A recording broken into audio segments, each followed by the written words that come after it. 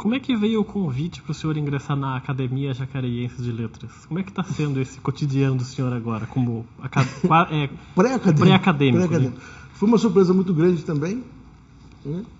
E eu nunca tinha ido a uma reunião da academia e foi uma surpresa muito agradável.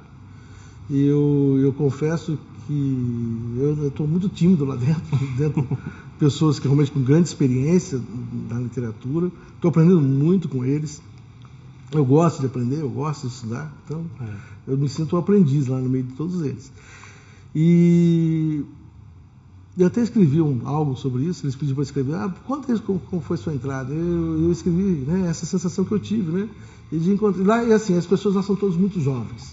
É interessante. A maioria é jovem. Não, esses jovens de espírito, são jovens de espírito, né? Então essa entrega à literatura, à criação, eles escrevem poesias, escrevem contos, romances, né? Promovem, né? Eventos, né? Para divulgação da literatura, convidam autores para ir lá para debater. Então eles são muito produtivos, muito produtivos. Isso só, acho que exercita a mente, rejuvenesce a alma. É muito interessante, está sendo uma experiência.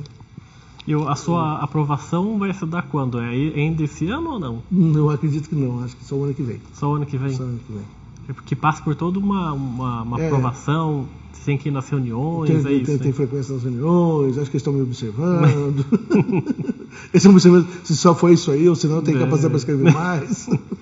Eu estou tentando escrever mais algumas coisinhas. Por exemplo, médicos, escritores, tem bastante, né? Que, por exemplo, de famosos, Ivo Pitangui, Moacir Scliar também, foi um médico escritor, Antônio da Silva Melo também. O senhor vai entrando na Academia Jacariense e vai também fazer parte dessa lista. Já tem o Mário Newton Werneck, cardiologista, faz parte da Academia, vai ser o segundo poeta. Ainda.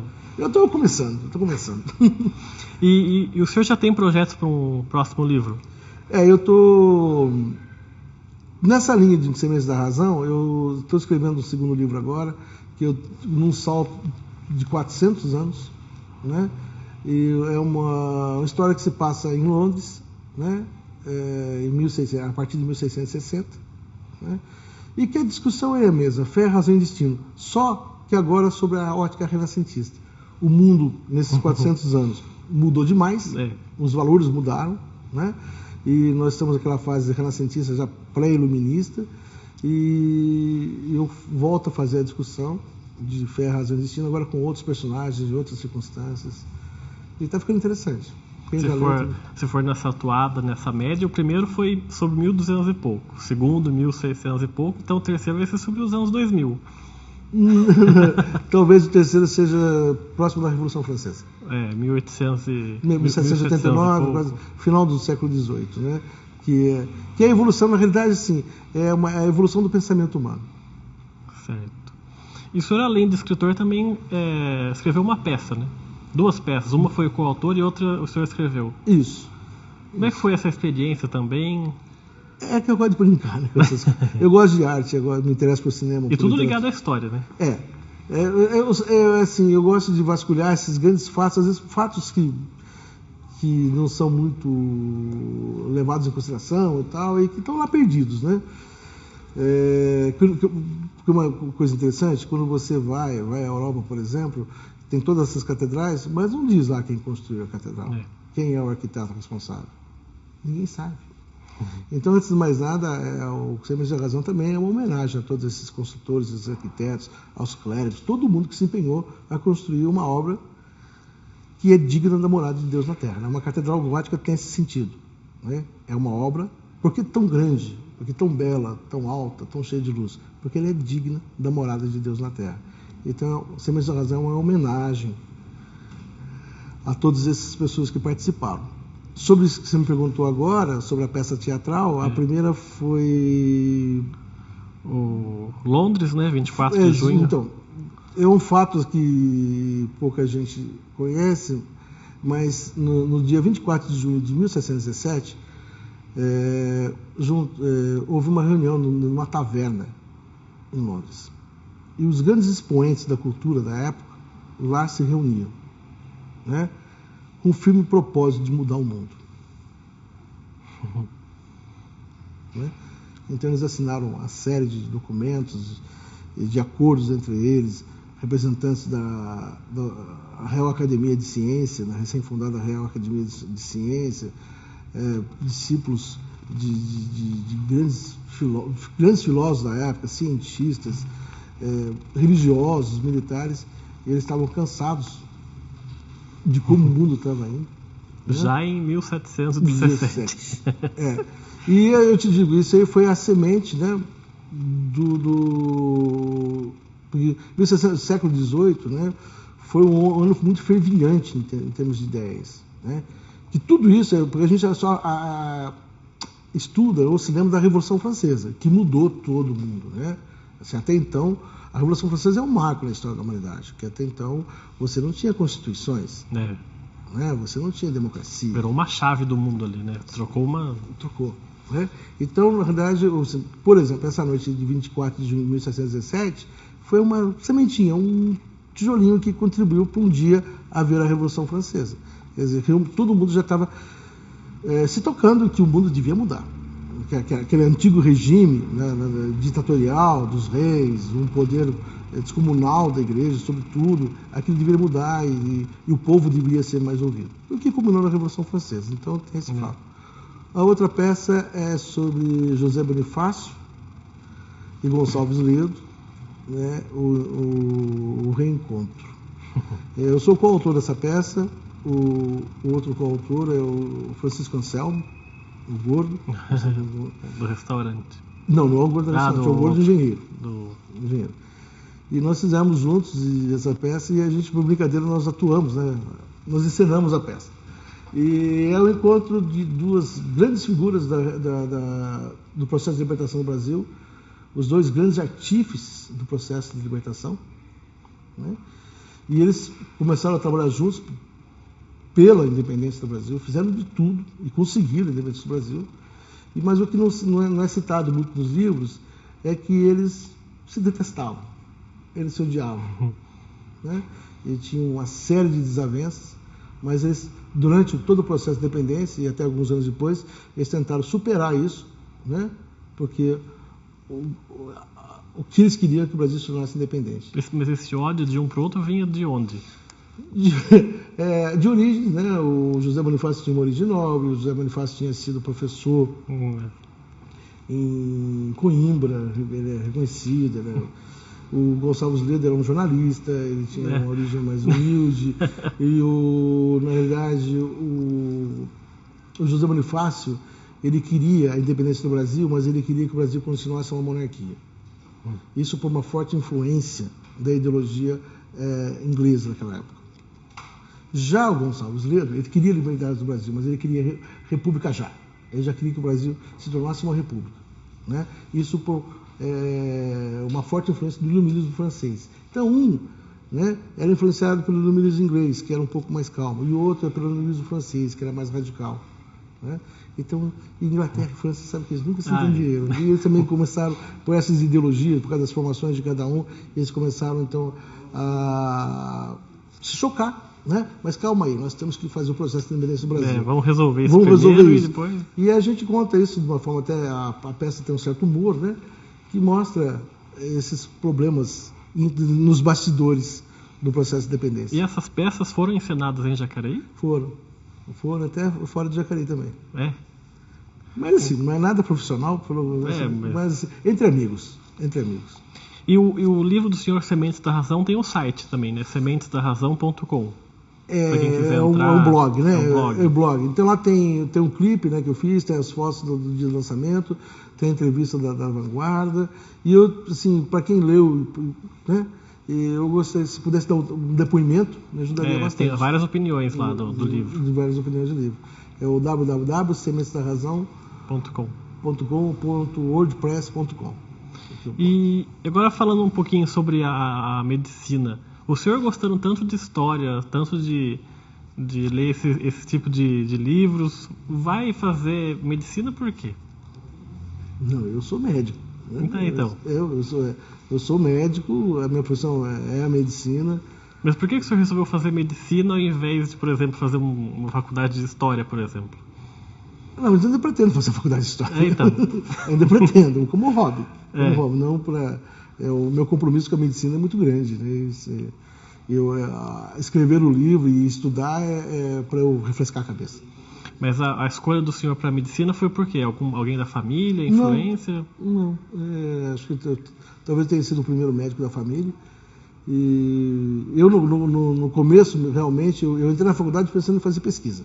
Eu gostava muito de laboratório. Até que eu assisti a primeira cirurgia. Depois que assisti a primeira cirurgia, aqui em Jacareí, lá na Santa Casa, com o Dr. Carlos Caderelli, com o Dr. Paulo Lemes, Dr. Agostinho. E eu realmente, daí eu larguei os tubos de ensaio e resolvi ser cirurgião. E a escolha da oncologia foi por quê?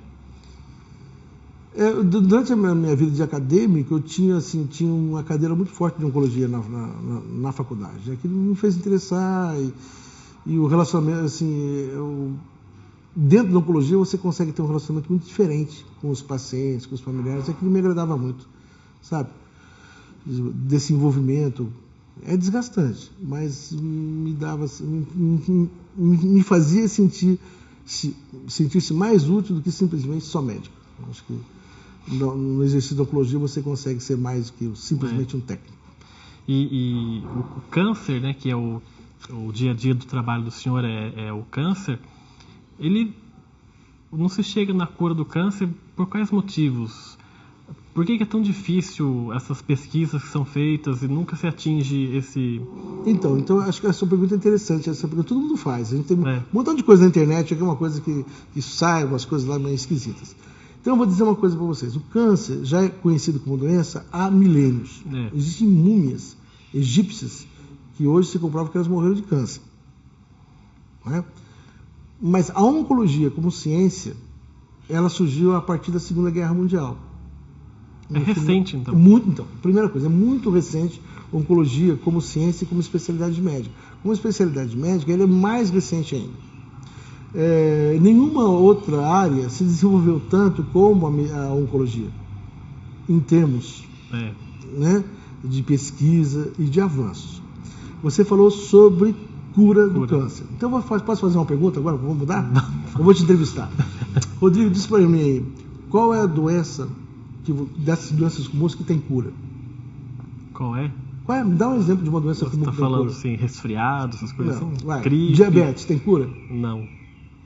Diabetes não tem cura. Você toma uma série convive de remédios, com ela. Convive, você às vezes vai viver a sua vida inteira, mas você não se livra de diabetes. Hipertensão arterial tem cura? Não. Não. Né? Doenças reumatológicas tem cura? Não tem. A doença do aterosclerose, infarto, insuficiência renal, não tem. Todos convivem com a doença. Exatamente. Então, na realidade, por incrível que possa parecer, o câncer faz parte de um grupo muito restrito de doenças que tem cura. Tem muitos casos de cura, muitos casos de câncer têm cura. Hoje em dia, chega a perto de 70% de todos os casos de câncer são curáveis. E uma perspectiva é que a cada ano junte-se a esse número 2%. Então, é provável que nos próximos 20, 25, 30 anos, todos os casos de câncer sejam totalmente curados. Por que se morre? A gente se cura muito câncer, a gente cura muito câncer aqui em Jacareí. É a doença que mais assusta, né? Se fala para a pessoa, você está com câncer. São que nem a bruxa da Idade Média. Então. Então isso cria-se tabus, estigmas dentro das pessoas, da sociedade. É o medo. Né? Tem um capítulo aí só sobre medo. E por que se morre tanto de câncer? Né? Porque assim, houve um desenvolvimento muito grande nas formas de diagnóstico, né? Muito grande nas terapêuticas. Existem terapêuticas hoje fantásticas, maravilhosas, né? E ainda se morre muito, né? Primeiro, porque todo e qualquer câncer é potencialmente curável se ele for diagnosticado numa fase inicial, como diabetes, como hipertensão, tal. Né? Quase todas as diabetes são descobertas incidentalmente, né? As hipertensões arteriais incidentalmente, né? E câncer também. Então, precisa haver conscientização das pessoas, para que as pessoas procurem, né? Os exames de prevenção. Não é só informar, as pessoas precisam se conscientizar disso, né? Se informação fosse o bastante, né? Médico não fumaria, médico não beberia. né, mais bem informados, né? Então, é necessário que haja uma conscientização. No momento que houver uma conscientização e as pessoas procurarem os seus médicos, procurarem exames preventivos, vão ser feitos diagnósticos mais precoces e com uma chance de cura muito maior. Então, câncer tem cura sim, né? Ainda se morre. A gente luta muito para, né, mudar esses números. Né? Essas especulações que existem na internet, que não há interesse das indústrias farmacêuticas, isso é balela. Você não sabe o quanto se estuda, o quanto a gente se doa, né? Diuturnamente para pesquisar e tudo. E outra, câncer não é uma doença só. Um câncer de mama é uma doença completamente diferente de um câncer de pulmão, de um câncer de bexiga, de um câncer cerebral. Cada um é um tipo. Não, então não existe um tratamento que vai curar todos os tipos de câncer. Né? A gente tem curado aqui, eu lembro assim, eu sou jacariense, né? Com muito orgulho eu gosto de dizer isso, sou jacariense, fui, estudei, voltei, quis voltar para trabalhar como oncologista aqui na cidade. Voltei em 87, até então nunca tinha sido feita nenhuma cirurgia oncológica, nunca tinha feito uma quimioterapia nessa cidade. Desde então, o Jacareí, com o passar dos anos, hoje era um centro de referência, toda a região aqui em oncologia. Então, eu lembro assim, do tamanho das cirurgias, né? Dos efeitos colaterais das quimioterapias, como isso evoluiu. Né? Hoje, em câncer de mama, por exemplo, né, dificilmente a gente faz uma mastectomia total. Né? A gente fez cirurgias conservadoras, muitas vezes seguidas de cirurgias reparadoras. Né? As medicações quimioterápicas hoje estão cada vez mais assim, efetivas e menos lesivas, com menos efeitos colaterais. O desenvolvimento é muito grande. Em termos assim, de câncer de intestino, por exemplo, eu lembro assim, que há 30 anos atrás, praticamente todos os cânceres de reto, os pacientes saíram com uma colostomia definitiva. Hoje não. Você consegue preservar o ânus do paciente. Isso dá uma qualidade de vida muito grande. Cirurgia de cabeça e pescoço. Então o desenvolvimento é muito grande. Muito grande. E eu digo, o Jacareí está seguindo a passos largos todo esse desenvolvimento da oncologia mundial. O senhor falou da conscientização, né? Como fazer essa conscientização? Através de campanhas? O programa Mais Médicos, ele deve ser... O inicial deve ser essa importação desses médicos. Né? Mas atrelado a isso, tem que se levar, né, condições para que se exerça uma medicina digna.